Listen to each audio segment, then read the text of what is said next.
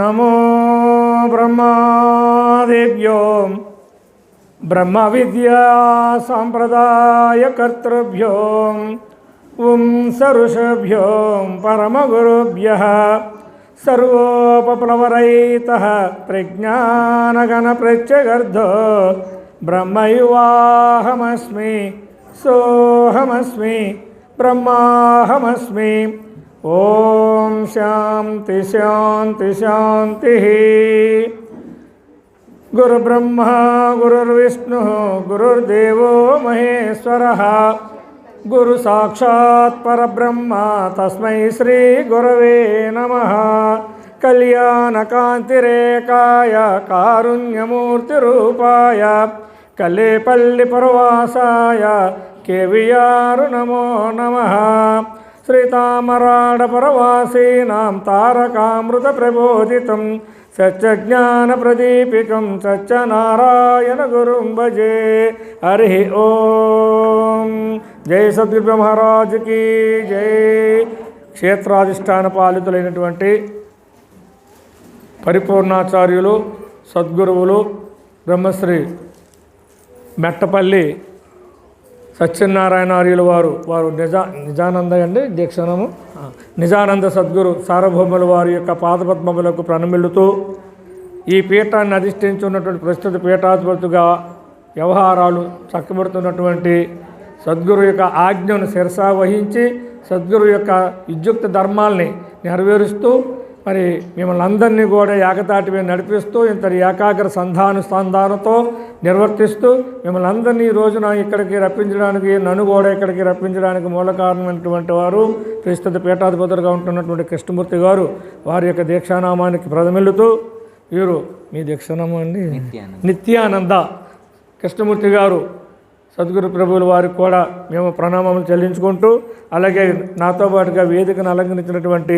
మరి వీళ్ళెవరు కూడా నాకు పరిచయస్తులు కాదండి, మరి గురువు గారనే పిలుస్తున్నాను, పేర్లు తెలియదు కాబట్టి ఈ వేదికను అలంకరించినటువంటి సద్గురువులందరికీ కూడా పేరు పేరున ధన్యవాదాలు నమస్కారాలు తెలియజేసుకుంటూ నాకు ఈ అవకాశాన్ని ఇచ్చినటువంటి ఈ పీఠాధిపతుల వారికి మరొక్కసారి నేను ధన్యవాదాలు తెలియజేసుకుంటూ అలాగే ఇంత భక్తి శ్రద్ధలతో ఉదయం నుంచి కూడా మీరు చక్కగా పారాయణ చేశారు, హోమం చేశారు, మరి గురుమూర్తి యొక్క పౌర్ణమి ఆరాధన పూజ చేశారు, ఆరాధన పూజ నిర్వర్తించారు, అందరికీ కూడా క్షుద్బాధ తీర్చారు, ఆకలి తీర్చారు, రాత్రి నుంచి మేలుకొని ఉన్నారు, ఉదయం నుంచి వంటలు చేశారు, చాలా శ్రమపడ్డారు, ఇప్పుడు బోధ వినడానికి సిద్ధంగా కూర్చుని ఉన్నారు. మీ అందరికీ కూడా ఆ సద్గురు యొక్క దివ్యాశీస్సులు ఉండాలని ఆశీర్వదిస్తూ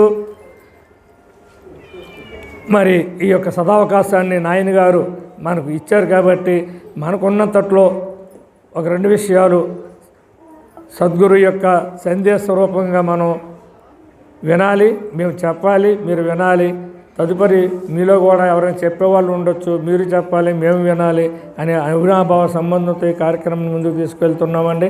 మరి ముందుగా అసలు కార్యక్రమం ఇందాక చెప్పారు గురుగారు 4 గంటలకు పెట్టుకుందాం అనుకున్నారు, వాళ్ళు వారు మనసు మార్చుకొని మేము దూరం నుంచి వచ్చామనే ఉద్దేశంతో 2 గంటలకే మళ్ళా ఈ కార్యక్రమాన్ని ఏర్పాటు చేసి మాకు ఈ అవకాశం ఇచ్చినందుకు మరొక్కసారి ధన్యవాదాలండి మీకు. పోతే సాంఖ్యయోగమెరుక సకలేంద్రియంబుల సౌంజగానక మంచి ఎతుల మన్న మాటలటన్నా అఖిల జీవసంగ ఆత్మలింగ. మహాత్ములు చదివిస్తూ ఉంటారు, సాంఖ్యయోగం అని విచారించకుండా సాంఖ్యయోగంలో ఉన్నటువంటి జ్ఞానాన్ని తెలుసుకోకుండా మేము ఎతులు వండంటే, మేము మంచి గురువులు వండంటే, మేము పీఠాధిపతులు వండంటే సరిపోతుందా అని అడుగుతున్నారండి కవిగారు, ఆకుల గురుమూర్తి కవిగారు. ఏమండి సాంఖ్యంలో ఏముంది అంత విచారణ చేయటానికి అండి చాలామంది అనుకోవచ్చు. సాంఖ్యము సకలేంద్రియముల యొక్క సంచార రహస్యాన్ని తెలియజేస్తుంది సాంఖ్య విచారణ. సంఖ్యలు విడగొట్టేది సాంఖ్యము. ఎవరికి సంఖ్యలు? నేను అనబడేటటువంటి జీవుడికి తనకు తానుగా వేసుకున్నటువంటి సంఖ్యలు విడాలి అంటే సాంఖ్య విచారణ తెలియాలి. ఏమండి సాంఖ్య విచారణ తెలిసి తీరాల్సిందే. అటువంటి సాంఖ్య విచారణ కనుక మనం చేసుకోలేకపోతే అసలు గురుబోధ యొక్క విధానం ఎక్కడి నుంచి మొదలవుతుందండి అంటే సాంఖ్య తారక అమనస్క పరిపూర్ణ రాజయోగము అన్నారని దీన్ని. అసలు గురుమతం అనేది ఎక్కడి నుంచి మొదలవుతుందండి అంటే గురువు దగ్గర మనం ఏమి నేర్చుకోవాలి అంటే గురువుని మనం ఏది అడగాలండి అంటే 3 విషయాలు గురువు దగ్గర ఎప్పుడు ప్రస్తాపన చేయకూడదండి. ఏంటి ఆ 3 విషయాలంటే నీ సంసార విషయాలు, నీ ఆరోగ్య విషయాలు, నీ ఆర్థిక విషయాలు. ఈ 3 గురువు సన్నిధానంలో మీరు ఎప్పుడు ప్రసక్తి తీసుకురాకూడదండి. ఎందుకంటే ఈ 3టికి అతీతంగా ఉన్నది గురుతత్వం. ఈ 3 మన కర్మను బట్టి ఏది జరగాలో జరుగుతూ ఉంటుంది. దీనికోసం మనం ఏమీ ఆత్ర పడవలసిన పని లేదు. ఆ పైన ఉంది మనం తెలుసుకోవాల్సిందైనా వారు చెప్పాల్సిందైనా. అందుకని మొట్టమొదటి కందార్థంలోనే చెప్పారు చూడండి విషయాన్ని మీకు. సాధన సంపత్తి గల సాధకుడు నరుడు.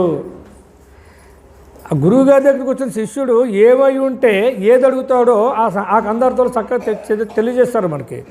వాడు సాధన సంపత్తి కలిగి ఉండాలంటే గురువుగారి దగ్గర వచ్చిన శిష్యుడు. అలాంటి వాడికి గురువు చెప్పే బోధ అవసరమై ఉంటుంది అని చెప్పారండి. సాధన చతుష్టయ సంపత్తి అంటే 4 రకాలైనటువంటి లక్షణాలు ఉండాలంటే ప్రతి ఒక్క శిష్యులకి కూడా నిత్యానిత్య వస్తు వివేకము, ఇహం ఉత్తరార్థ ఫలభోగ విరాగము, సమాధి షట్క సంపత్తి, ముముక్షత్వం అనేటటువంటి 4 లక్షణాలు మన దగ్గర ఉన్నట్లయితే అప్పుడు మనకు అర్థమవుతుంది గురువు గారిని ఏది అడగాలి, ఏది తెలుసుకోవాలి, ఎందుకు రావాలి గురువు సన్నిధానానికి అనే విషయాలన్నీ మనకు అర్థమవుతాయి. ఇవి లేని వాళ్ళు ఎవరైనా గురువు దగ్గరికి వచ్చారనుకోండి, అయ్యా నాకు ఒంట్లో బాగుంటలేదు, ఇంట్లో బాగుంటలేదు, కంట్లో బాగుంటలేదు, ఇదిలో బాగుంటలేదు, నాకు అది లేదు, నాకు ఇది లేదు, నాకు ఏదో లేదు. ఇలాంటి అప్లికేషన్స్ అన్నీ కూడా గురువు సన్నిధానంలో పెట్టకూడదు. దేవుడి సన్నిధానంలో పెట్టండి. ఎందుకంటే నోరు లేనివాడు కాబట్టి ఆయన వింటాడు, పర్వాలేదు. గురువుగారు నోరు ఉన్నది కదా, వీళ్ళు ఊరు కోరైనా మొట్టిగా వేస్తారు. అంచేత గురువు సన్నిధానంలో అప్లికేషన్ పెట్టకూడదండి, విజ్ఞాపన మాత్రమే. దేవుడి సన్నిధానంలో అప్లికేషన్ పెట్టుకోండి. మీకు యోగం ఉంటే ఇచ్చేస్తాడు, యోగం లేకపోతే ఊరుకుంటాడు. కాబట్టి ఇక్కడ అటువంటి గురు సన్నిధానానికి మనం వచ్చినప్పుడు ఏం తెలుసుకోవాలని అనుకుంటే గురు బోధ అనేది క్రమం ఎలా ఉంటుందండి అనేది చెప్పాను మీకు. సాంఖ్యము, తారకము, అమనస్కము, పరిపూర్ణము. ఇది 4 విధాలుగా ఉంటుంది. ఆ 4 విధాల్లో ఉన్నటువంటి మొట్టమొదటిదే సాంఖ్య విచారణ. ఆ సాంఖ్యం తెలియకపోతే ఏమీ తెలియబడదు సుమా. ఎగ్జాంపుల్గా మీకు ఒక చిన్న కందార్థం చెప్తున్నాను నేను. పంచవన్నెల రామచిలుకను ఉంచిరి పంజరమందున దాని పలుకులు వినుటకు, పంచవన్నెల రామచిలుకను ఉంచిరి పంజరమందున దాని పలుకులు వినుటకు, మంచివి 4 వేదంబులు ఎంచెంచి పలుకుచున్నాదా రామ చిలుక, గారడీలోక శృంగారాలెడక, పంచవర్ణమూలలో మించి వెల్గెడు కాంతి కాంచు వారాలకు కైవల్య ప్రాప్తంచు, ఎంచి పలికితే లాభమేమది కొంచెమైన తలంపు నిరుగక, ఘటంచు మేరువ చచ్చకవి గురుడ చలమును బోధించు బొమ్మ ఆరామ చిలుక, గారడీలోక శృంగారాలెడక. జై జై సద్గురు స్వాముల వారికి, జై సద్గురు మహారాజ్కి. అందరూ ఒకసారి జై సద్గురు మహారాజ్కి. అంటే ఎందుకు అందుకు అనిపించానంటే అక్కడెక్కడ కొంచెం భోజనం అయింది కదా, రెప్పబడే అవకాశం ఉంటుంది. అది పోవాలని ఆ గురువుగారిని పిలిచామనుకోండి, అది దూరం వెళ్ళిపోతుంది. ఇక్కడ ఏం చెప్తున్నారు? పంచవన్నెల రామచిలుకను, దానికి రంగులు 5 ఉన్నాయటండి. ఎన్ని ఉన్నాయండి? 5 రంగులు రామచిలుక ఉందటండి. దాన్ని పంచరంలో పెట్టారు. దేనికోసం పెట్టారు? దాని పలుకులు విందామని. ఏం పలుకుద్దాం, ముచ్చటగా పలుకుతే ఆలకిస్తామని పంచరంలో ఉంచారటండి ఆ రామచిలుకని, పంచవన్నెల రామచిలుకని ఉంచితే అది పలుకుతుంది. ఏమని పలుకుతుందండి?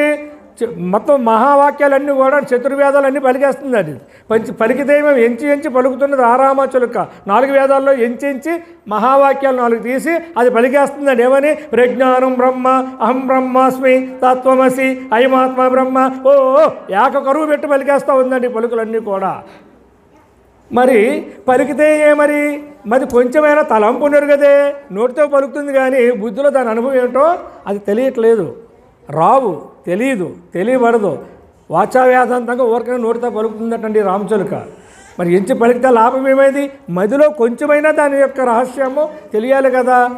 ఎంచి పలికితే ఏమి లాభమేమి? అది కొంచెమైన తలంపు జరిగితే అటంచు రామచిలుక యొక్క రహస్యం అంతా కూడా సత్యకవి గురు దాసు గారు, సత్యనారాయణ దాసు గారు, బెట్టపల్లి సత్యనారాయణ దీక్షితుల వారు చక్కగా మనకు తెలియజేస్తారు సుమా రహస్యవంతానని చెప్తూ ఈ యొక్క కందార్థాన్ని మొదలుపెట్టండి. దీంట్లో ఏం చెప్తున్నారంటే పంచవన్యల రామ చిలుక అన్నారండి. నిజంగా ఇప్పుడు అడుగుతున్నాం మేము, చెప్పండి, చిలుకకు రంగులు ఉన్నాయా?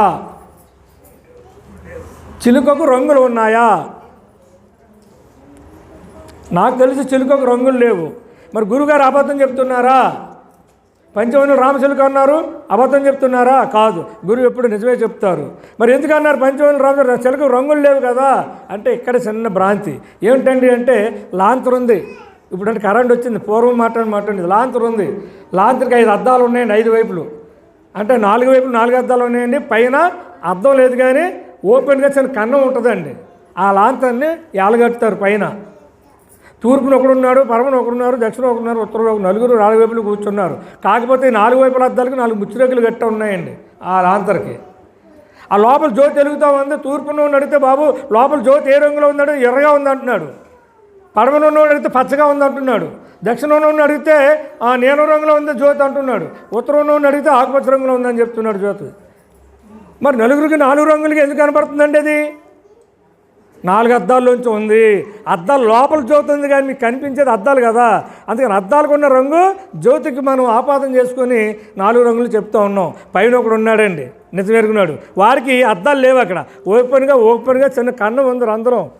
పైన ఓపెన్గా రంధ్రం ఉంది. ఆ రంధ్రం నుంచి చూడగలిగినోడికి దీపం యొక్క యథార్థ రంగు ఆడి కాని వస్తుంది. వాడు స్పష్టంగా చెప్తున్నాడు, లేదు లేదు మీరు వాదనారకండి, ఇది స్వచ్ఛంగా శుద్ధంగా తెల్లగా ఉంది జ్యోతి, స్పష్టంగా శుద్ధంగా ఉంది జ్యోతి, ఏ రంగులు లేవు అని పైన ఉన్నవాడు చెప్తున్నాడు. ఎందుకని ఈ పైన ఉన్న రంధ్రం నుంచి కనిపెట్టినవాడు వాడు. మిగతా 4 రంగుల్లో చూసిన వాడు 4 రంగులు కనిపిస్తున్నాయి. కాబట్టి ఇక్కడ విషయం ఏంటంటే రంగులు లాంతర్కు ఉన్నాయి కానీ జ్యోతికి లేవు. అలాగే పంచవన్యుల రామచిలుకను ఉంచిన పంజరమందున అంటే పంచభూతాలతో తయారైనటువంటి ఈ శరీరమందు ఆత్మస్వరూపంగా ఉన్నటువంటి పరిపూర్ణ స్వరూపంగా ఉన్నటువంటి ఈ జ్యోతి చిలుక లోపల అది ఎప్పుడో ప్రవేశించింది ఇందులోకి, అది లోపలే ఉంది.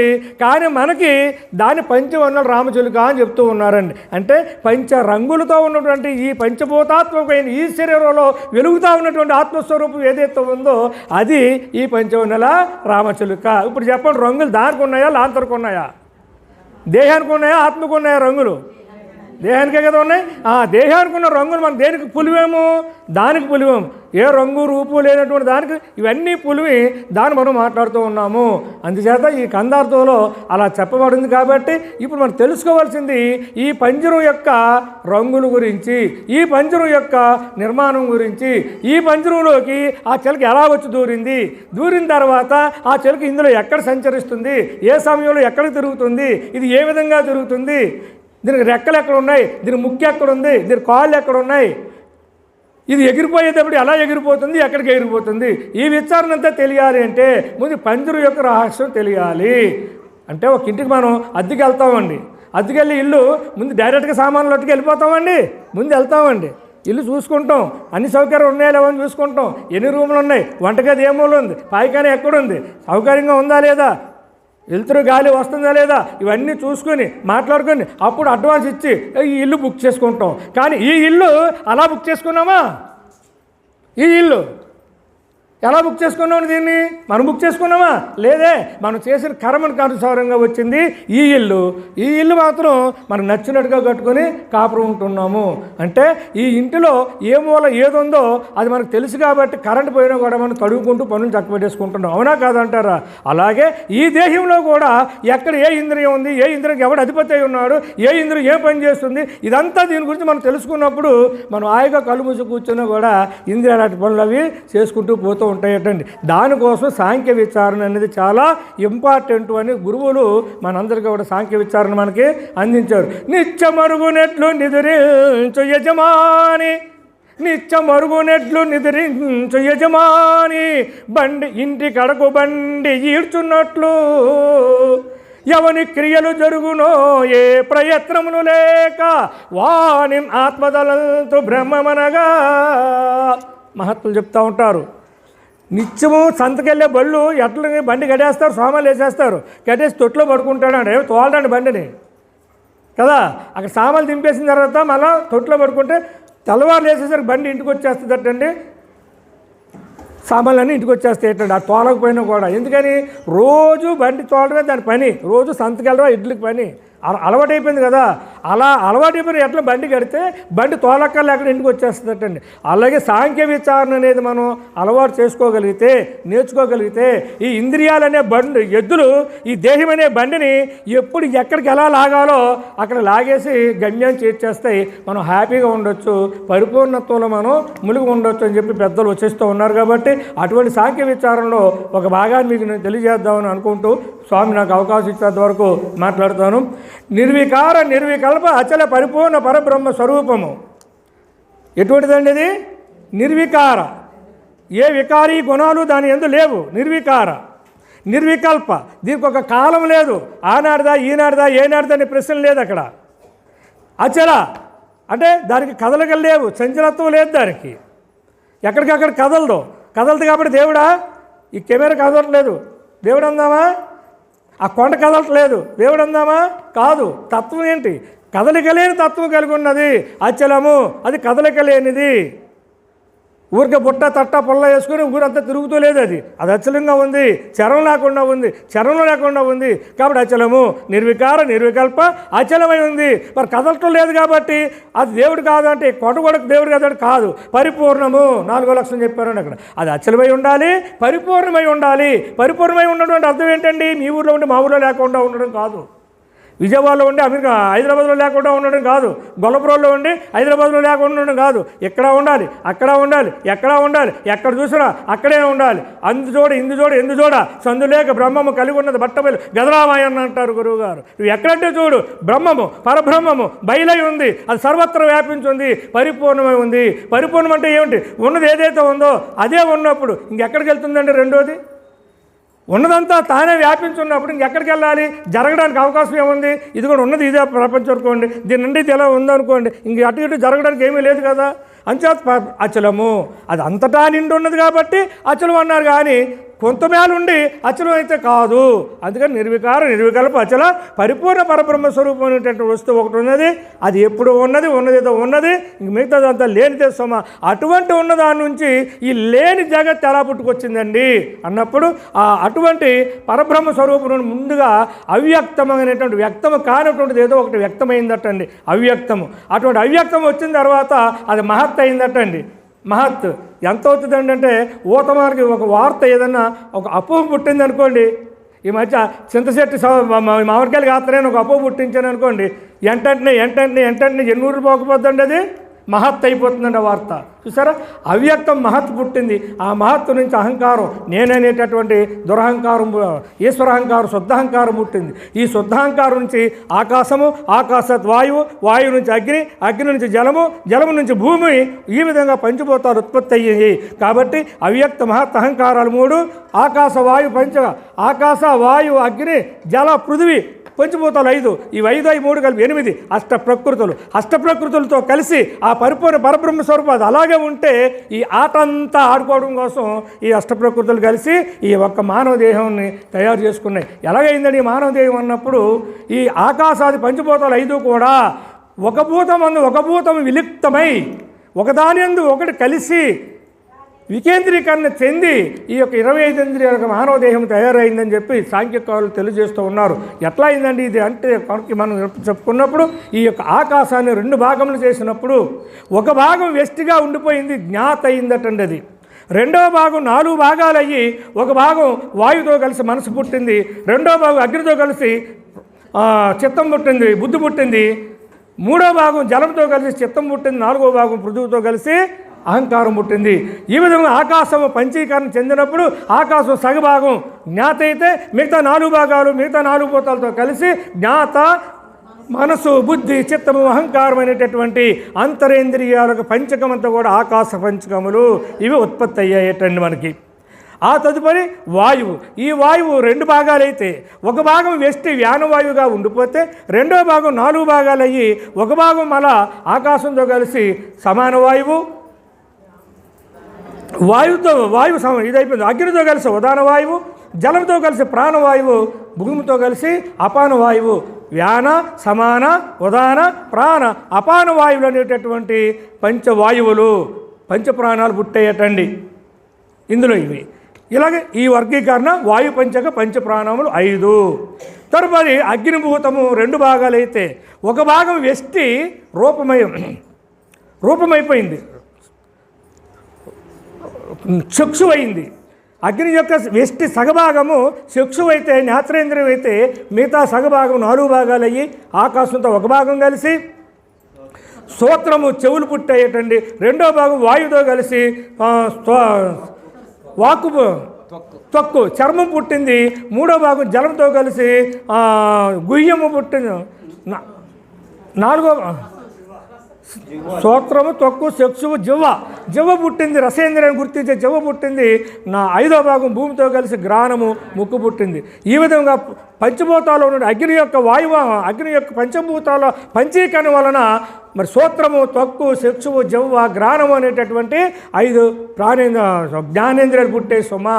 ఇక్కడికి 3 గ్రూపులు పుట్టాయండి. ఇక్కడికి 4వది పంచభూతాల్లో 4వది జలము. ఈ జలము 2 భాగాలు అయ్యి వ్యష్టి భాగము గుహ్యమైంది, మిగతా సమిష్టి భాగం అలా 4 భాగాలు అయ్యి ఒక భాగం ఆకాశంతో కలిసి శబ్దము పుట్టింది, 2వ భాగము వాయువుతో కలిసి స్పర్శ పుట్టింది, 3వ భాగం అగ్నితో కలిసి రూపం పుట్టింది, 4వ భాగము పృథువుతో కలిసి వాసన గంధం పుట్టింది.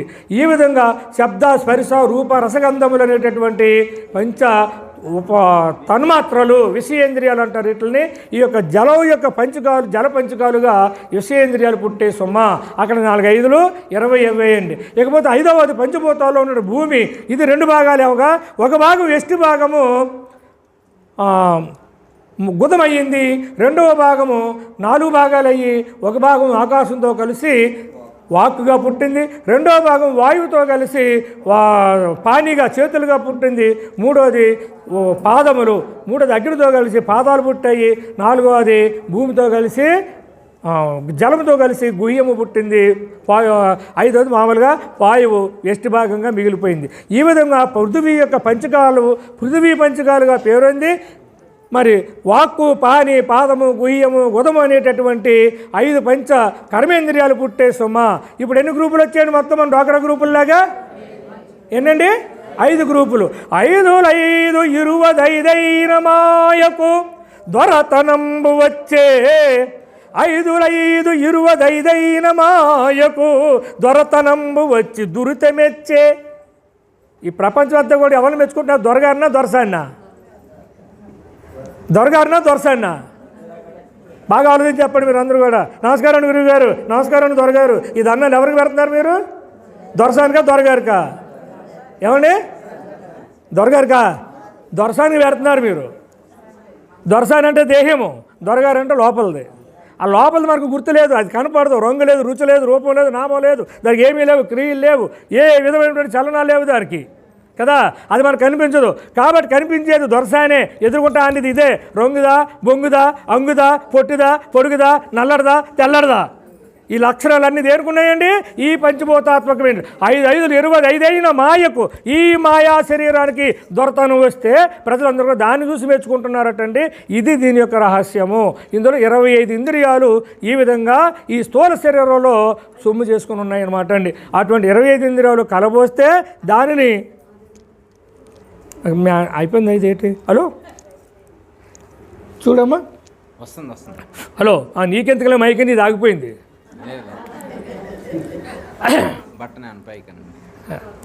అరో నా స్పీడ్లో కింద పడిపోయింది అండి, భరించలేక. కాబట్టి ఈ 25 ఇంద్రియాలకు స్థూల శరీరంగా వృద్ధి పొందితే దీనికి ఒక నామం, ఒక రూపం, ఒక స్థానం ఇవ్వడం జరిగిందండి. కాబట్టి అటువంటి స్థూల శరీరంలో ఉన్న ఈ 25 ఇంద్రియాలకి మరి కర్తవ్యాలు ఏంటి? దీని అధిపతులు ఎవరైనా చూసుకున్నప్పుడు జ్ఞాతకు గురుమూర్తి అధిపతిగా ఉన్నాడు, మనసుకు చంద్రుడు అధిపతిగా ఉన్నాడు, బుద్ధికి బృహస్పతి అధిపతిగా ఉన్నాడు, చిత్తానికి క్షేత్రజ్ఞుడు అధిపతిగా ఉన్నాడు, అహంకారానికి రుద్రుడు అధిపతిగా ఉన్నాడు, అలాగే సమాన వాయువుకి జయుడు అధిపతిగా ఉన్నాడు, వ్యానవాయువుకి విశ్వజీవుని అధిపతిగా ఉన్నాడు, ఉదాన వాయువుకి విశ్వకర్త అధిపతిగా ఉన్నాడు, సమాన వాయువుకి జయుడు విజయుడు విశ్వకర్త అధిపతిగా ఉన్నాడు. అలాగే 5వది అయినటువంటి అపాన వాయువుకి మృత్యుదేవత అధిపతిగా ఉన్నాడు. ఇలా 5 అధిపతులుగా ఉంటే, అదే జ్ఞాతకు కంఠస్థానము, మనసుకి జ్ఞాతకు భ్రూమధ్యస్థానము, మనసుకి కంఠస్థానము, బుద్ధికి ముఖస్థానము, చిత్తానికి నాభిస్థానము, అహంకారానికి హృదయస్థానము. 5 స్థానాలు ఉన్నాయటండి వీళ్ళకి. 5 నామాలు, 5 స్థానాలు, 5 పేర్లు ఈ విధంగా పెట్టుకుని ఉన్నారు. అలాగే సమాన వాయువుకి బొడ్డు దగ్గర స్థానం ఇచ్చారు. ఇది చేసే పని ఏంటంటే మనం తిన్నటువంటి ఆహారం అంతా కూడా ఏ అవయవాలకి ఎంత మోతాదులో సప్లై చేయాలో ఆ విధంగా చేసే డీలర్షిప్ సమాన వాయువుకి ఇచ్చారండి. మనకి డీలర్షిప్ అని మాట్లాడుతుంది కోటావాడు అంటే ఎవరెవరికి ఏ కోటాలో ఎంతమందికి ఎన్ని బియ్యం వాళ్ళని ఇస్తుంటాం కదా. అలాగే ఈ సమాన వాయువు ఏం చేస్తుందంటే మన ఆహారాన్ని ఏ ఇంద్రియాలకు ఎంత పంపించాలో పంపించే డ్యూటీ ఈ సమాన వాయువు నాభిస్థానంలో ఉందండి. అది అలాగే వ్యానవాయువు శరీరం అంతా స్థానం ఇచ్చారు దీనికి. ఎక్కడ చూసినా అది వ్యాపించి ఉంటుంది. దీని పని ఏంటంటే మనకి ఎవరికైనా ముట్టుకుంటే తెలియజెప్పేది ఈ వ్యానవాయువే. కాబట్టి శరీరంలో ఎక్కడ ముట్టుకున్నా మనకు స్పర్శ వస్తుందంటే అర్థం ఏంటి? ఈ వ్యానవాయువు అనేది శరీరం అంతా వ్యాపించి ఉంటుంది. ఉదాన వాయువు ఇది కంఠస్థానంలో ఉంటుంది. ఎందుకంటే కంఠస్థానంలో ఉదాన వాయువు ఉండాలి అంటే పలుకులు పలికించేటటువంటి శక్తి ఈ ఉదాన వాయువుకి ఉందటండి. అలాగే పడని వస్తువు తిన్నప్పుడు వాంతులు పుట్టించి దాన్ని బయటికి తోసేసే శక్తి కూడా ఈ ఉదాన వాయువుకి ఉంది. అది కంఠస్థానంలో ఉంటుంది. దాని స్థానము కంఠస్థానము, దాని పని ఇది. ఇకపోతే ప్రాణవాయువు ఇదేంటండి చేసేది అంటే ఇది ఉండేది హృదయస్థానంలో ఉంటుంది. ఉచ్ఛ్వాస నిశ్వాసల రూపంగా ఈ యొక్క జీవుణ్ణి లోనికి బయటికి సాయం పట్టే పని ఈ ప్రాణవాయువుది. ఇది కనుక కోపిస్తే మనల్ని పాడిగట్టేస్తారు. కాబట్టి ఈ ప్రాణవాయువు డ్యూటీ లోపలికి బయటికి జీవుని సంచారం చేసే విధానం అంతా కూడా ఈ ప్రాణవాయువుకి అప్పచెప్పారు. దీనికి హృదయస్థానం అన్నారు. అలాగే అపానవాయువు ఇది గుదస్థానం అనేటువంటి మూలాధారం దగ్గర గుదస్థానంలో ఉండే అపానవాయువు. ఇది చేసే పని ఏంటంటే మన శరీరంలో వేస్ట్లు ఏవైతే ఉన్నాయో మురుకులు, మలినాలు, మాలిన్యాలు ఇవన్నిటిని కూడా బయటికి నెట్టేటటువంటి కార్యక్రమము ఈ అపానవాయువు చేస్తుంది. అలాగే స్త్రీలకు పురుడు సమయంలో కూడా బిడ్డను బయటికి నెట్టే కార్యక్రమంలో కూడా ఈ అపానవాయువు సాయపడుతుంది. ఇటువంటి డ్యూటీ అన్నీ ఈ పంచప్రాణాలకి అప్పచెప్పడం జరిగింది. తదుపరి శ్రోత్రము దీనికి చెవులకి అష్టదిక్కులు అధిపతులై ఉన్నారని చెప్తున్నారు. శ్రోత్రానికి అష్టదిక్కులు అధిపతులు. అలాగే శ్రోత్రేంద్రుడు దీనికి స్థానము. స్పర్శ శరీరం అంతా స్థానము. శ్రోత్ర తొక్కు అంటే చర్మము. ఈ చర్మానికి వాయుదేవుడు అధిపతి అండి. ఇది ఏది స్పర్శ శీతలము, ఉష్ణము, సమశీతలము, సమోష్ణము అనేటటువంటి 3 గుణాల యొక్క స్పర్శ జ్ఞానాన్ని మనకు తెలియజేస్తూ ఉంది. తర్వాత చక్షువు సమస్తమైన ప్రపంచం అంతా కూడా నామరూపాత్మకమైన ప్రపంచం అంతా కూడా మనకి కళ్ళకు కనిపించేటట్టు చేసేది ఈ చక్షువు. కళ్ళు లేకపోతే ఏది చూడలేకపోతున్నాం. ఆ చూసే శక్తి ఈ యొక్క ఇంద్రియం చక్షుడు అనేటువంటి ఇంద్రియంలో ఉంది. దీనికి అధిపతి సూర్యుడు అన్నారండి. సూర్యుడు చక్షుడికి అధిపతి. మరి పోతే చక్షువు తర్వాత చక్షు జవ్వ ఇది వరుణుడు అధిపతి అండి. ఈ జవ్వేంద్రియానికి వరుణుడు అధిపతి. ఈ జవ్వేంద్రియం ఏం చేస్తుందండి పని ఏంటంటే ఇది నాలుగేంద్ర స్థానము. అధిపతి వరుణుడు. దీని డ్యూటీ సమస్తమైన రుచులు ఉప్పు, పులుపు, చేదు, కారం, వలపు అనేటటువంటి 6 రుచులను ఎరుగుటయ దీనికి పనిగా బెత్తాయించారు. రుచులు చూడటం దీని పని. తర్వాత గ్రాణము అనగా ముక్కు. ఈ ముక్కు డ్యూటీ ఏమిటంటే నాసికేంద్రియం అంటారు దీన్ని. ఇది మన ముక్కు లోపల ఉంటుంది. దీని పని ఏమి ఇచ్చారు అంటే గ్రాణము వాసన చూసడం దీని పని. మంచి గంధము, సుగంధము, దుర్గంధము, మిశ్రమ గంధము అంటే దుర్గంధ సుగంధము, సుగంధ దుర్గంధము, మిశ్రమ గంధం అనే ఈ 4 వాసనల్ని కూడా పసిగట్టేటువంటి పని ఈ గ్రాణేంద్రియానికి ఇచ్చారు. దీనికి అశ్విని దేవతలు అధిపతులై ఉన్నారు. ఈ విధంగా శ్రోత్రము, తక్కు, చక్షు, జివ్వ, గ్రాణం అనేటటువంటి జ్ఞానేంద్రియాలు 5టికి కూడా స్థానాలు చెప్పాను. వాటి ధర్మాలు చెప్పాను. అలాగే వాటికి అధిపతులు చెప్పాను. ఇకపోతే వాయు పంచకమైనటువంటి పంచ ప్రాణాలు శబ్దము, స్పర్శ, రూపము, రసము. శబ్దానికి పరాశక్తి, స్పర్శకి ఇచ్ఛాశక్తి, రూపానికి ఆదిశక్తి, రసానికి జ్ఞానశక్తి, గ్రాణానికి క్రియాశక్తి. పంచశక్తులు అధిపతులై ఉన్నారు. అలాగే శ్రోత్రము శబ్దము చెవుల యందు ఉంటుంది. స్పర్శ చర్మంలో ఉంటుంది. రూపము నేత్రంలో ఉంటుంది. రసము నాలుకలో ఉంటుంది. వాసన ముక్కులో ఉంటుంది. ఈ 5 స్థానాలు చెప్పారండి వీటికి. కాబట్టి ఈ అధిపతుల యొక్క ఆధిపత్యంతో ఈ 5 విషయాలు కూడా ఈ 5 కార్యక్రమాలు చేస్తే మనకు తెల్లవారుతుందండి. ఇందులో ఏది కోపగించినా మనం హాస్పిటల్కి వెళ్ళిపోవాల్సి వస్తుంది సుమ.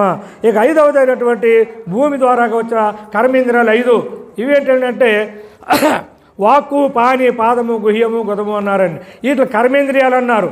అంటే పనులు చేసే ఇంద్రియాలు ఇవి. పాపపుణ్యాలతో వీటిలో పని లేదు. వీటితో చేయించే వాళ్ళు ఎవరండి? జ్ఞానేంద్రియాలు 5. వీటితో చేయించే వాళ్ళు ఎవరు? జ్ఞానేంద్రియాలు 5. చేసేది మాత్రమే ఇవి, చేయించేది అవి. కన్ను చూస్తేనే కాలు కదులుతుంది, అవునా? అందుకని ఇవి కర్మఫలాలు వీటికి ఏమి ఉండవు. కానీ మొత్తం ఇంద్రియాలు అన్నింటితో కలిపి ఉన్నాయి కాబట్టి అందరితో పాటుగా ఇవి కూడా నలుగుతూ ఉంటాయి సుమ. ఇటు వాక్కుకి అగ్నిదేవుడు అధిపతి, పానికి దేవేంద్రుడు అధిపతి, పాదాలకు ఉపేంద్రుడు అధిపతి, గుహ్యానికి ప్రజాపతి అధిపతి, గుదమునకు మృత్యుదేవత అధిపతి. ఈ విధంగా 5 అధిపతులు ఉన్నారు. అలాగే ఇటు స్థానాలు కూడా ఆట్లీయంగా ఉన్నాయి. స్థానములు అవి, అధిపతులు అవి, పేరులు అవి. ఈ విధంగా 5 కుర్చీలు కూడా ఈ కర్మేంద్రియాలు పనిచేస్తూ ఉన్నాయి. ఇప్పుడు మొత్తం 25 ఇంద్రియాలు వాటి కార్యక్రమాలు చక్కగా నిర్వర్తిస్తూ ఉంటే ఈ స్థూల శరీరము చక్కగా దాని మనుగడది సాగించుకుంటూ ఉంటుంది. ఇందులో సాంఖ్య విచారం ద్వారాగా ఇంద్రియాలకు రహస్యాలు ఈ విధంగా మనకు తెలియజేస్తారు. ఇంకా ఇవి మళ్ళీ ఎలా పుట్టుకొచ్చాయో అలాగే లయమైపోయే విధానం కూడా గురుమూర్తులు మనందరికీ కూడా తెలియజేశారు. ఆ విధానంగా మళ్ళీ ఇది ఎందులో వచ్చింది అందులో కలిసి ఒకటి అందులో కలిసి అందులో కలిసి మళ్ళీ నిర్వికల్ప అచల పరిపూర్ణ పరబ్రహ్మ ఏదైతే ఉందో దాని యందు ఇవన్నీ కూడా లేకుండా పోతున్నాయి సమ్మ. అంటే ఈ ఏకంగా ఈ స్థూల శరీరం అంతా కూడా లేనిటటువంటి ఈ శరీరము ఉన్నట్టుగా మనకి కలలో తోచిన ఏనుగులు ఏ విధంగా మనకు నిజం అనుకుంటున్నామో అలా అజ్ఞానంలో తోయబడిన ఈ స్థూల శరీరం కూడా లేకపోయినప్పటికీ ఉన్నట్టుగా మనల్ని ఇంత భ్రాంతికి గురి చేసి ఈ జనన మరణాలు అనేటువంటి ప్రవాహంలో ఇరుక్కునేలా చేసి ఆ పరిపూర్ణ పరబ్రహ్మ స్వరూపం నుంచి మనం దూరంగా ఉంచేటువంటి క్రియ ఈ యొక్క మాయమేను. ఈ లేకుండా వచ్చి ఈ ఎరుక లక్షణము మనల్ని మోసం చేస్తూ ఉంది సుమ. అటువంటి ఎరుక లక్షణాన్ని మనం తెలుసుకోగలిగినవే ఈ యొక్క సాంఖ్య విచారణ అని చెప్పడం జరుగుతుంది. అటువంటి బ్రహ్మాండంలో నుంచి ఈ పిండాండాలు, ఇక్కడ పిండ బ్రహ్మాండాలు 2 కూడా మనం చెప్పడం జరిగిందండి సాంఖ్య విచారణలో. ఇది పిండాండం అన్నారు, పైది బ్రహ్మాండం అన్నారు. బ్రహ్మాండంలో నుంచి పిండాండం వస్తుంది, బ్రహ్మాండంలో నుంచే పిండాండం వస్తుంది. మరి బ్రహ్మాండంలో ఉన్న ఏ లక్షణాలు అయితే ఉన్నాయో పిండాండంలో కూడా అవే లక్షణాలు ఉంటాయి సుమ. బ్రహ్మాండంలో పంచభూతాలు ఉన్నాయి, ఆకాశం, వాయువు స్థూలభూతాలుగా ఉన్నాయండి. పిండాండంలో కూడా పంచభూతాలు ఉన్నాయి. పిండాండంలో పంచభూతాలు ఏముంటాయా? ఆకాశంలో పంచభూతాలు ఏమిటంటే అది ఆకాశం పంచభూతాల్లో స్థూలభూతం ఆకాశం అయితే, సూక్ష్మభూతం చెవులు. బ్రహ్మాండంలో వాయువు స్థూలభూతం అయితే, పిండాండంలో ఈ పంచప్రాణాలు ఏదైతే ఉందో అది వాయువు సూక్ష్మంగా. స్థూల శరీరంలో స్థూల బ్రహ్మాండంలో సూర్యుడు అగ్ని అయితే, సూక్ష్మ శరీరంలో ఈ స్థూల శరీరంలో పిండాండంలో మన కండ్లు సూర్యులు, నేత్రములు సూర్యుడు. అలా పిండాండానికి బ్రహ్మాండానికి పోలికేసుకొని బ్రహ్మాండంలో ఏదుందో పిండాండంలో కూడా అదే ఉంటుందని చెప్పి తెలియజేస్తారు. మరి బ్రహ్మాండంలో ఏమన్నాయంటే పంచభూతాలు ఉన్నాయి, పంచభూతాలతో నిర్మాణం ఈ పిండాండంలో కూడా పంచభూతాలే ఉంటాయి. దాని కర్మ దీనికి తెలుసు, దీని కర్మ మాత్రం దానికి తెలియదు అనుకుంటూ మనము ఈ పిండ బ్రహ్మాండాలు 2 పోలికేసుకుంటూ పోయినట్లయితే తల్లినే స్థూలాంగమందురు, తరువాత దాని పిల్లనే సూక్ష్మాంగమందురు. తల్లి జాగ్రత్త పిల్ల స్వప్నము, పిల్ల జాడే తల్లి కాయను, ఎల్ల లోకము బ్రతుకు భాగ్యం చెల్లిపోయిన పత్రమాయను. ఏదిరా ఈ జనన మరణము, నిజబోధగనినా లేదురా ఈ మోక్ష నరకము. తల్లిని ఏమన్నారండి? బ్రహ్మాండం అన్నారు, పిల్లని పిండాండం అన్నారు. ఈ పిండాండం యొక్క రహస్యము బ్రహ్మాండానికి ఎరుక, బ్రహ్మాండం యొక్క రహస్యము పిండాండానికి ఎరుక అవ్వాలి, కానీ అవ్వట్లేదు. అలా అవిన్నాడు, ఈ లేకుండా వచ్చిన ఎరుక లేకుండానే పోతుంది. కాబట్టి నాయన గురువుగారు చెప్తున్నారు, నాయన ఈ ఎరుక అనే లక్షణం ఏదైతే దేహం అనే లక్షణం ఉందో ఇది మూలం అసలు లేనే లేదు నాయన. ఈ లేని ఎరుక నేను చాలా బాధ పెడుతుంది సుమ, దాని రహస్యం తెలుసుకుని మసులుకో అని చెప్పి బోధ చేశారు గురువుగారు. అప్పుడు శిష్యుడు ప్రశ్న వేసాడట, ఏమని? అయ్యా గురువుగారు లేని ఎరుకంటున్నారు, లేని ఎరుక వల్ల మళ్ళీ మన జాగ్రత్త అంటున్నారు, ఎందుకు గురువు గారు? ఉన్నదైతే ఏదో అవుతుందని భయపడాలి, కానీ లేని ఎరుక వల్ల మనకు వచ్చిన భయం ఏంటని అడిగాడటండి శిష్యుడు. అంతే కదా, పాము ఉందనుకోండి, కరుస్తుందో పొడుస్తుందో ఏదో ఉంటుంది, భయం అనేది ఉంటుంది. అసలు పాము లేదు, భయం ఎందుకు మనకి? ఇదే కదా ప్రశ్న. పాము ఉంటే కదా భయపడడానికి. ఎరుకు ఉంటే కదా భయపడ్డారు. ఎరుకు ఉందా లేదా చెప్పండి అమ్మా.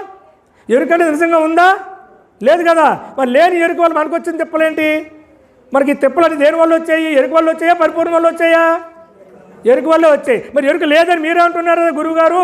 లేని ఎరుకు నన్నేం చేస్తుందండి అని అడిగట్టండి గురువుగారు శిష్యుడు. అప్పుడు చక్కటి సమాధానం చెప్తారు. గురువుగారు ఏమని చెప్తున్నారంటే, నాయన చిన్న మాట చెప్తున్నాను ఆలోచించున్నారు. అమ్మాయి అబ్బాయి ఉన్నారు, చక్కగా ఒకరికొకరు చూసుకున్నారు, ఇష్టపడ్డారు, పెళ్లి చేసుకున్నారు. వేసవకాలం వచ్చింది, ఆరుబేట మంచం వేసుకున్నారు, కబుర్లు ఆడుకుంటూ ఉన్నారు. ఆ ఆడుకునే కబుర్ల మధ్యలో అమ్మాయి ఒక ప్రశ్న వేసిందంట. ఏమండి మనకంటే ఇప్పుడే పెళ్ళి అయింది కాబట్టి మనకు ఉన్నది ఈ ఒక్క మంచమే, ఈ మంచం వేసుకుని మన ఇద్దరు పడుకున్నాం, సరిపోయింది. రేపు మా పిల్ల పిసుక పుడతారు కదా, అప్పుడు ఏం చేద్దామండి, మనకి ఈ మంచం ఎలా సరిపోద్దండి అని అడిగిందటండి ఈ అమ్మాయి. అడిగితే వాడన్నాడు, దానికేముంది లేవే, నువ్వు కొంచెం అలా జరుగు, నేను ఇలా జరుగుతానని చెప్పేసి అంటే కొంత ఆవిడ జరిగింది, కొంత ఎవరి మధ్యలో ఖాళీ వచ్చింది. ఇదిగా ఈ ఖాళీలో పడుకోబెట్టుకుందాం, నువ్వేం చింతమంతా ఏమొద్దు, దాని గొడవ మర్చిపో, హాయిగా ఉందాం అన్నాడు భర్త. అలాగే అనుకుంది, చక్కగా జరిగిపోతుంది. మళ్ళీ అరగంట పోయిన తర్వాత మళ్ళీ మెలకు వచ్చిందండి దానికి. ఏమండి ఒక బిడ్డతోటి సరిపెట్టుకుంటావా ఏంటి, ఇంకో బిడ్డ పుట్టడా, అప్పుడు అక్కడ పట్టుకోబెట్టుకోవాలండి అందట. ఓ దానికే పోయింది, కొంచెం జరుగు, నేను ఇంకో కొంచెం జరుగుతాడు. వాళ్ళు అలా జరిగింది, ఇద్దరు కింద పడిపోయారండి మంచం నుంచి. ఎవరు దోచేశారు వీళ్ళని? ఉన్న కొడుకా లేని కొడుకా? ఎవరితో చేశారు మంచం మీద నుంచి వెళ్ళిన? ఉన్నదాకా కూతురు ఉందా? ముందు కొడుకు పుట్టాడు, కొంత ఖాళీ వచ్చింది, వారం అంత పడుకోబెట్టుకుంది అనుకున్నారు. రెండో దగ్గర కూతురు పుడుతుంది అనుకున్నారు, కూతురు వచ్చింది, వీళ్ళు కింద పడిపోయారు. అంతేనా? వచ్చిందా కూతురు? ఉందా అక్కడ? ఉందా? మరి లేని కొడుకు కూతురు ఎలా చూసేశారు వీళ్ళని? నాయన బుద్ధి ఉందా నీకు? అర్థమైందా? లేని ఎరుకు నన్ను ఏం చేస్తానని అడుగుతున్నావా? ఇదిగో నన్ను ఇలాగే చేస్తుంది. పడిపోయారా లేదా వాళ్ళిద్దరూని? పోనీ అది అలా ఉంచండి, అత్తారింటికి వెళ్ళి కొత్తగా పెళ్ళి అయింది, తోటి పెళ్ళి కూడా పంపుతారు కదా, తోటి పెళ్ళి కొడుకు కూడా అత్తారింటికి వెళ్ళారంటే ఇద్దరు బాబా బామ్మ ఇద్దరు కూడా.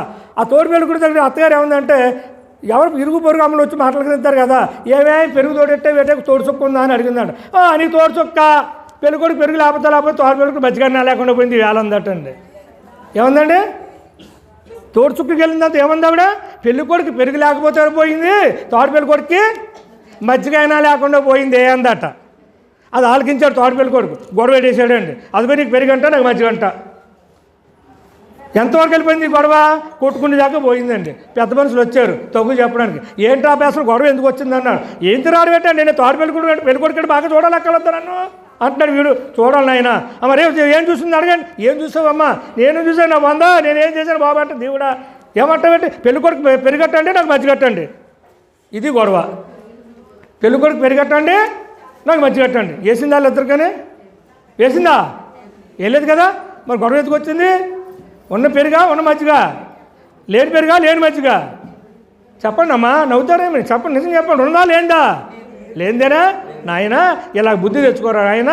లేని ఎరుకు నన్నేం చేస్తుందని ప్రశ్న ఎప్పుడు వేయకు. ఆ లేని ఎరుకే కానలు తిప్పి జనులను కానలు తిప్పిన వేయునురా. లేని ఎరుకయ్యే జనులను బట్టి కానల తిప్పునురా. ఉన్నది ఒకటే రా సత్యము కన్నులకు అగబడదు. లేని ఎరుకయ్యే కానల బట్టి జనులను బట్టి కానల తిప్పునురా. కదండి? ఈ సత్యము తెలిసిన శివుడాయే, సత్యము తెలియక నరుడాయే, తెలిసి తెలియని అయోమయంలో తెలివే తానాయే.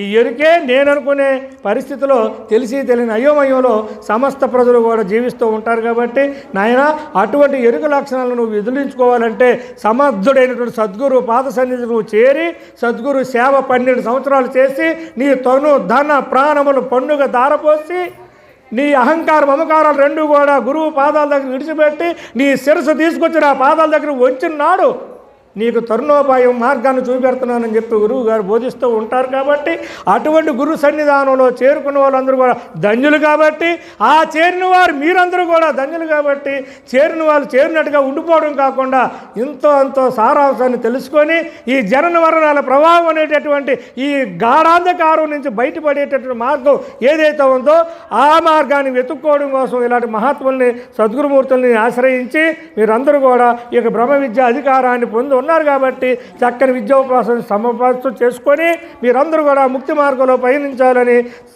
ముక్తి పొందాలని మనస్ఫూర్తిగా నేను మిమ్మల్ని అందరినీ కూడా ఆశీర్వదిస్తూ నాకు ఈ అవకాశం ఇచ్చిన గురువు గారికి మరొకసారి ధన్యవాదాలు తెలియజేసుకుంటూ ఇంకా ఆపేయమంటే బాగోదు కాబట్టి నేనే ముందు ఆపేస్తున్నానండి. హరి ఓం శుభం భూయాత్.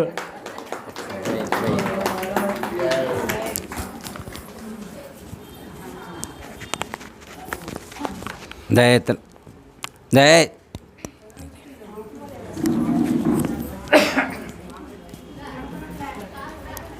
దయతల సద్గురు ప్రభు మహారాజుకు జై.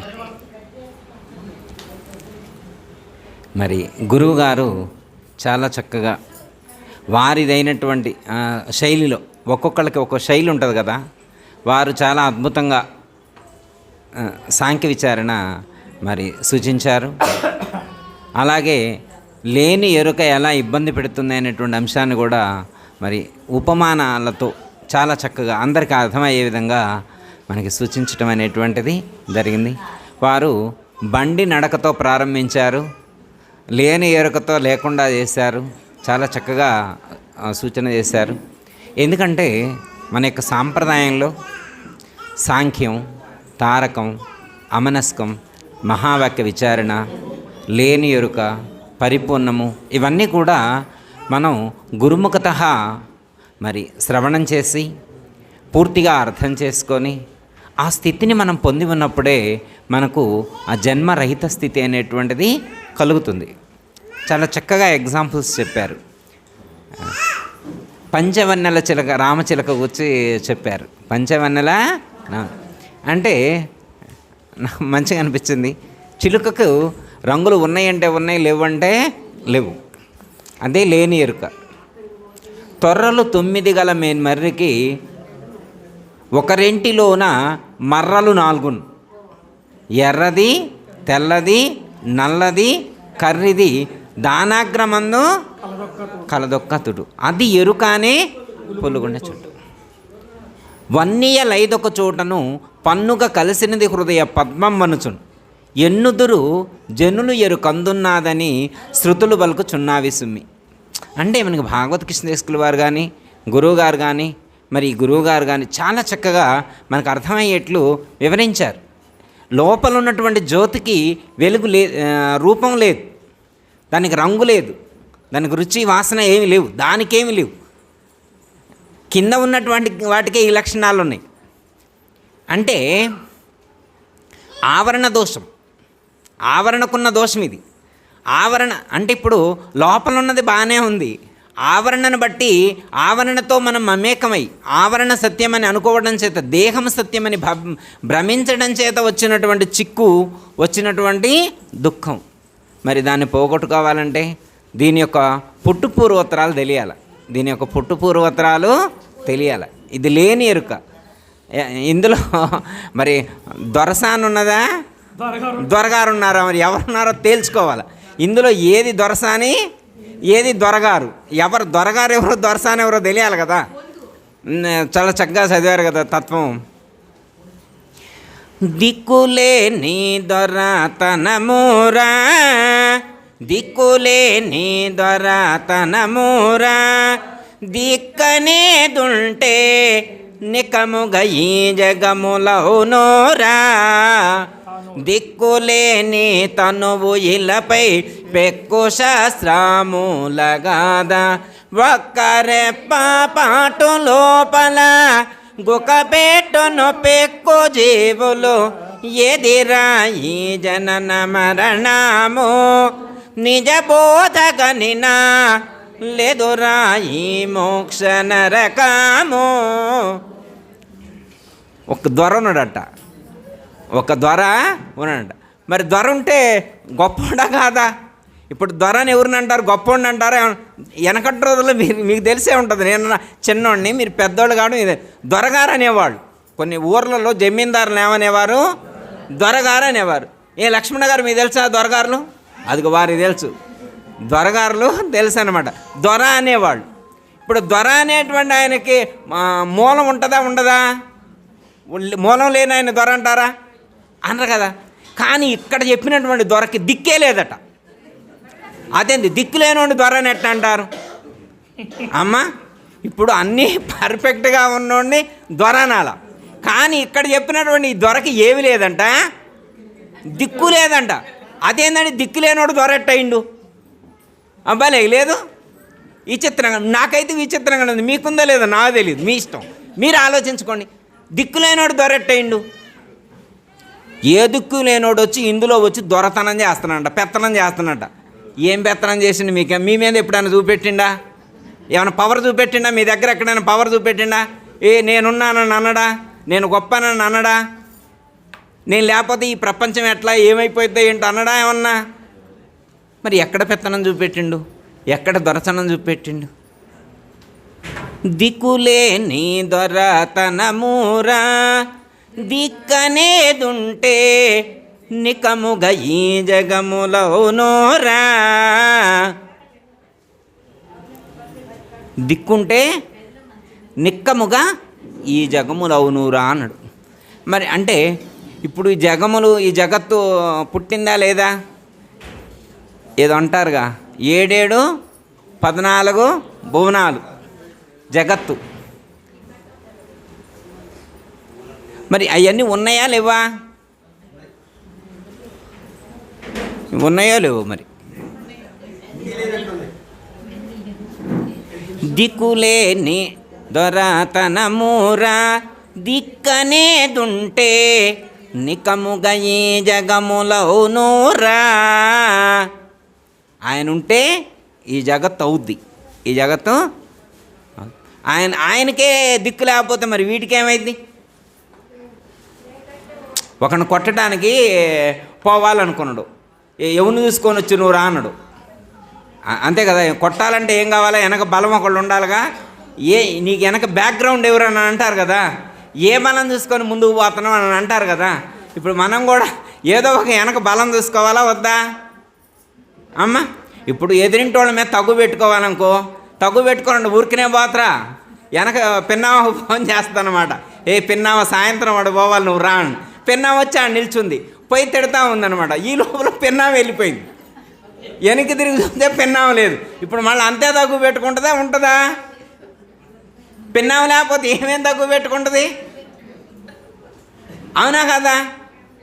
అట్లే ఇప్పుడు మనం ఏ బలం చూసుకొని ఇంత అహంకారం, ఇంత మమకారం, ఇవన్నీ దేన్ని చూసుకొని? అంటే ఏదో ఒక ఉంది లోపల చిన్న ఏదో చూసుకొని అహం అన్నమాట. అదే ఆ బలం. దానికే మూలం లేదని తెలిసింది, దానికే దిక్కు లేదు. నువ్వెవరినైతే నమ్ముకున్నావో, నువ్వెవరైతే గొప్ప అనుకున్నావో, ఈ సమస్త వేదాంత శాస్త్రాలన్నీ కూడా దేన్ని గొప్పది అని, బృహత్ పదార్థమని బలపరిచినయో దానికే దిక్కు లేదని తేల్చారు శ్రీమద్ రామడుగు శివరామ దీక్షితుల వారు. ఇక దానికే మూలం లేనప్పుడు ఏం చేస్తారు? అర్థమైందమ్మా?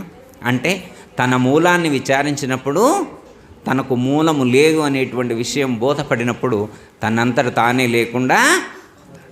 ఇది అర్థం కావాలంటే ఇందాక గురువుగారు చెప్పినటువంటి ఆ లేని ఎరుకకు సంబంధించినటువంటి దృష్టాంతం బలపడాలి. అది బలపడేంత వరకు కూడా సాధన చేస్తూనే ఉండాలి, అనుష్ఠానం చేస్తూనే ఉండాలి, దేన్ని విడిచిపెట్టకూడదు. జ్ఞానము స్థిరమయ్యేంత వరకు, చివరి క్షణం వరకు కూడా. అర్థమైందమ్మా? తాను చచ్చేంత వరకు, నిద్ర వచ్చేంత వరకు, తాను చచ్చేంత వరకు. ఎవరు చావాలా? తానంటే పక్కింటి ఆయనేగా కాదా? పక్కింటి ఆయన కాదా? మరి ఆయన ఏ ఊరిలో ఉన్నాయని చావాలి. ఇప్పుడు ఎవరిని చంపాలంటున్నారు కదా, పక్కింటి ఆయన కాదుగా, ఎదిరింటి ఆయన కాదుగా అమ్మ. ఇప్పుడు మరి ఎవరిని చంపాలా? ఎవరు? మనల్ని మనమే చంపుకోవాలా? మనల్ని మనం చంపుకుంటే కూడా కేసేనంట. అంటే ఇక్కడ ఆ చంపుకోవడం కాదు, ఇక్కడ ఇక్కడ చావాల్సింది ఏంటది? ఆ చావు కాదు. మరి ఏం చావు? నేను అనేటువంటిది ఏదైతే ఉన్నదో అది చావాలా. మనకి పాట చదువుతారు కదా, చావటానికి కూడా ఒక పద్ధతి ఉందట. అదేందుకు గురువుగారు మాకు ఎప్పుడు తెలియదు అండి. మీరు ఏమన్నా అంటారమ్మా? మీరు అంటారు, మీకు తెలుసు. చావటానికి కూడా రూల్ ఉంటుందా, ఒక పద్ధతి ఉంటుందా?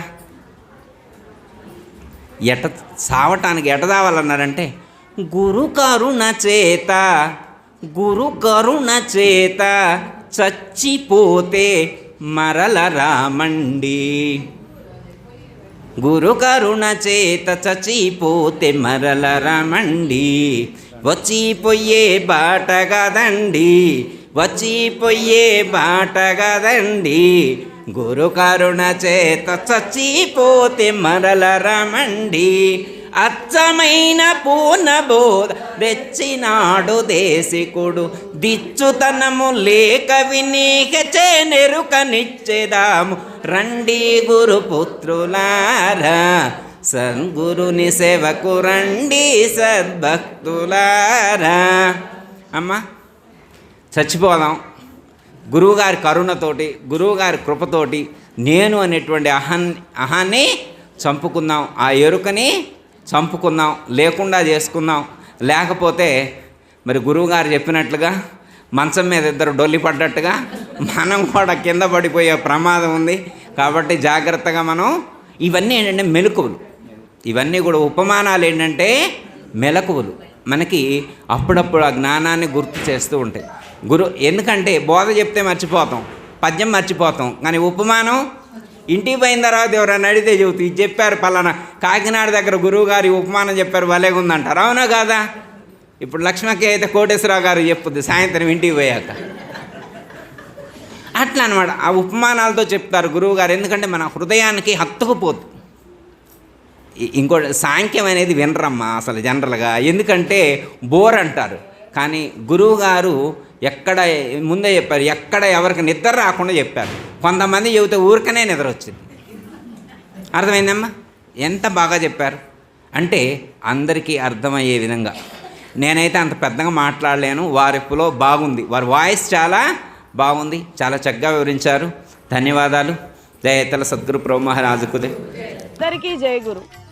మరిన్ని ఆధ్యాత్మిక రహస్యాల కోసం అచల బోధ, ఆత్మబోధ, భగవద్గీత, అలాగే పండుగల్లో దాగిన అర్థాలు, అంతరార్థాల కోసం మరియు యోగము, ధ్యానము మొదలైన అనేక ఆధ్యాత్మిక తెలుగు ప్రవచనాల కోసం క్రింద ఉన్నటువంటి రెడ్ కలర్ సబ్స్క్రైబ్ బటన్ను క్లిక్ చేయండి. అలాగే ప్రక్కనే ఉన్నటువంటి గంట సింబల్ను నొక్కండి. అలాగే ఈ వీడియో మీకు నచ్చినట్లయితే లైక్ చేయండి మరియు షేర్ చేయండి. జై గురు.